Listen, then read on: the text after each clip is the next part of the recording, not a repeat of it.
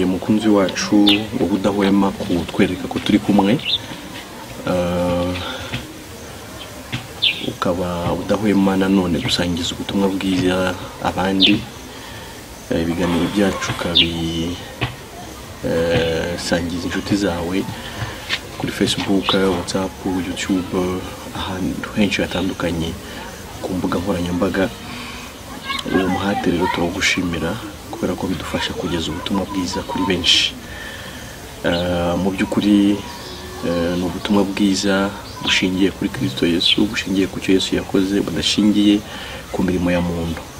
Cyane ko inzira n'ebyiri, hari inzira ica mu mirimo y'umuntu, ikaba ari nayo nzira ngari ijyana abantu kurimbuka, ariko hakaba n'inzira ifunganye ariyo yo kwizera Yesu Kristo, umuntu akabarwaho gukiranuka kwa Yesu. Iyo rero niyo nzira yonyine hari, n'ibyo Yesu yavuze ngo niwe nzira, niwe kuri, ni nawe bugingo, nta wajya kwa se atari bumujyane. Naho abantu rero guhitamo mu by'ukuri inzira ikwiriye, inzira iboneye, inzira ikwiye kubageza mu ijuru.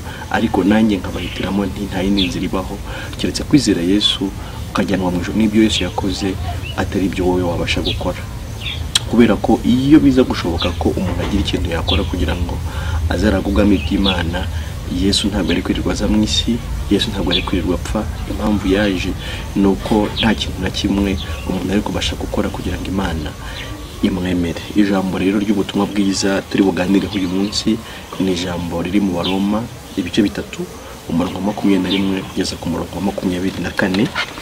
Twihuse.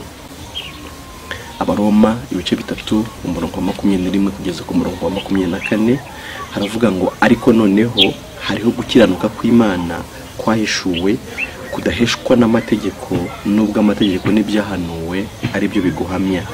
Niko gukiranuka kw'Imana abizeye bose baheshwa no kwizera Yesu Kristo ari nta tandukaniro, kuko bose bakoze ibyaha ntibashyikira ubwiza bw'Imana, ahubwo batsindishirizwa n'ubuntu bwayo ibibahereye ubusa kubwo gucungurwa kubonerwa muri Yesu Kristo. Imana ishimwe cyane. Baratubwiye ngo ariko noneho hariho gukiranuka kw'Imana kwahishuwe. Ariko byumvikane neza impamvu Bibiliya itubwira ngo ariko noneho nuko gusanzwe guhishe kuri benshi, ahari no kuri wowe kuracyahishe. Ariko nubwo kwari guhishe nyamara uyu munsi, ariko noneho kurahishuwe, ariko noneho birashoboka, ariko noneho icyari kimaze igihe gihishe kuri wowe noneho kirahishuwe. Nakwifuriza rero guhishurirwa icyo ngo ariko noneho hariho gukiranuka kw'Imana kwahishuwe kudaheshwa n'amategeko, nubwo amategeko n'ibyahanuwe bihamya uko gukiranuka. Ni ukuvuga ngo abantu benshi bagerageza gushaka gukiranukira Imana ariko binyuze mu gukora imirimo itegetswe n'amategeko, bikabananira. Rero ahari n'imbora bigerageje nawe wabonye ko bidashoboka, n'ubundi ushaka gukora ibyiza ugasanga wakoze ibibi. Buri gihe uragerageza ariko ukisanga n'ubundi udatunganiye Imana. Iyo nzira rero Bibiliya ivuga ngo ntishoboka, ahubwo noneho hariho gukiranuka kw'Imana kwahishuwe kudaheshwa n'amategeko. Ariko amategeko nayo ahamye ko gukiranuka, amategeko yemera uko gukiranuka. Umuntu ugufite abatunganiye Imana mu buryo bwemewe n'amategeko, ndetse ngo n'abahanuzi nibyo bahanuye uburyo umuntu ashobora kuzaba intungane bidaciye mu byo yakoze, bidaciye mu mategeko yubahirije, ahubwo biciye mu kwizera Yesu Kristo. Uko batubwiye ngo no gukiranuka kugenewe abizera Yesu Kristo bose ari nta tandukaniro. Biranatangaje kubona umuntu avuga ngo yizera Yesu Kristo ariko akavuga ko ari n'umunyabyaha, cyangwa se akavuga ngo nta ntunganiro, cyangwa se ngo nta mukiranutsi ubaho. Yahishwe ko hariho gukiranuka kw'Imana kwahishuwe kugenewe abizera Yesu Kristo bose ari nta tandukaniro.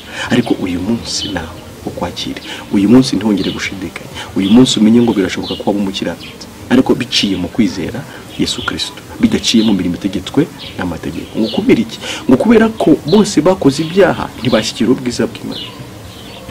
Nshuti yanjye mukundwa, abantu bose banduriye muri Adamu, abantu bose bahindukiye abanyabyaha rimwe, abantu bose bavuka ari babi, abantu bose bavuka ari abanyabyaha, ku buryo bitashoboka ko ushyikira ubwiza bw'Imana. Reka vuge ngo niyo wagerageza kuba umukiranutsi, wabaye umukiranutsi mu buryo bw'abantu ukabinyangamugayo, ariko ntabwo byakugeza ku butungane bw'Imana.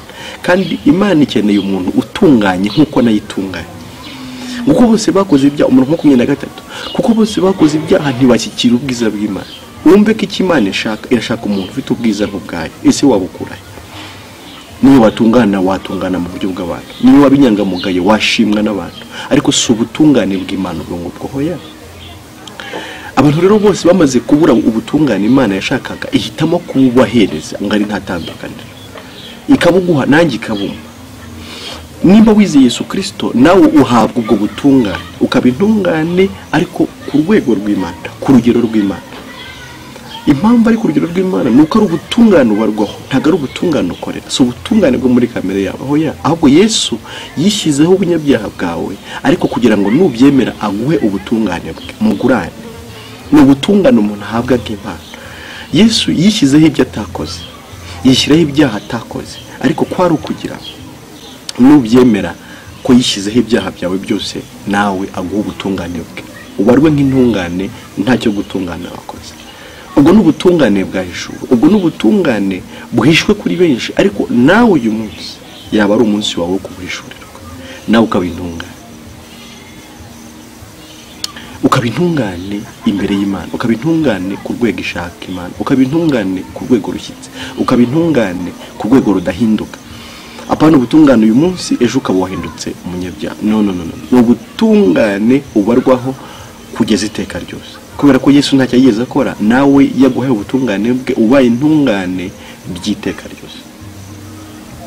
Ngo abantu bose bakoze ibyaha ntibashyikira ubwiza bw'Imana, ngo noneho ngo Imana ihitamo kudutsindishiriza kubw'ubuntu bwayo, ngibiduhereye ubusa kubwo gucungurwa kubonerwa muri Kristo Yesu.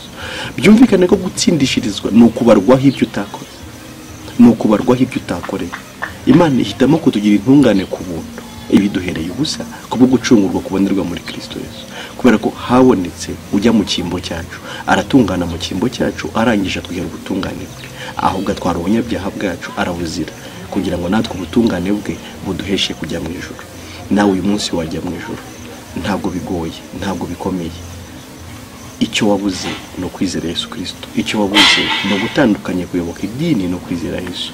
Kwizera Yesu no kumwizeraho ubwo butungane yakuzaniye, kugira ngo abuguhe nk'impano, ubintungane utabikoreye, ubintungane bidaciye mu mirimo yawe, ubintungane bidaciye mu masengesho, ubintungane bidaciye mu maturo, ubintungane bidaciye mu kwiriza ubusa, ubintungane bidashingiye ku kintu na kimwe cyawe, niko batubwiye, bidashingiye ku mirimo itegetswe n'amategeko umuntu yakoze, ahubwo bazwiho gutungana kwa Yesu. Nawe wajya mu ijuru uyu munsi, nawe ijuru ryaba iryawe. Akira ijuru, kubera ko niyo mpano Yesu yakuzaniye. Ntabwo Yesu yaje kudushingira amadini, ahubwo Yesu yaje kugira ngo tubone ubugingo, kandi tubone ubugingo buhoraho. Impamvu utabufite ni uko ubushakira muri wowe, impamvu utabufite ni uko ubushakira mu mirimo yawe, ariko nawe niwizera Kristo urahabwa ubugingo buhoraho.